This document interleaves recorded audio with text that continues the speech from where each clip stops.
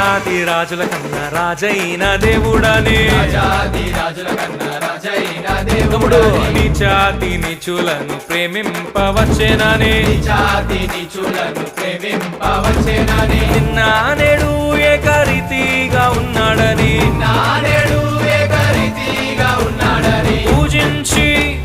పూజించి పాటించి చాటింపరారే హల్లెలూయా అని పాడి స్తుతింపను రారే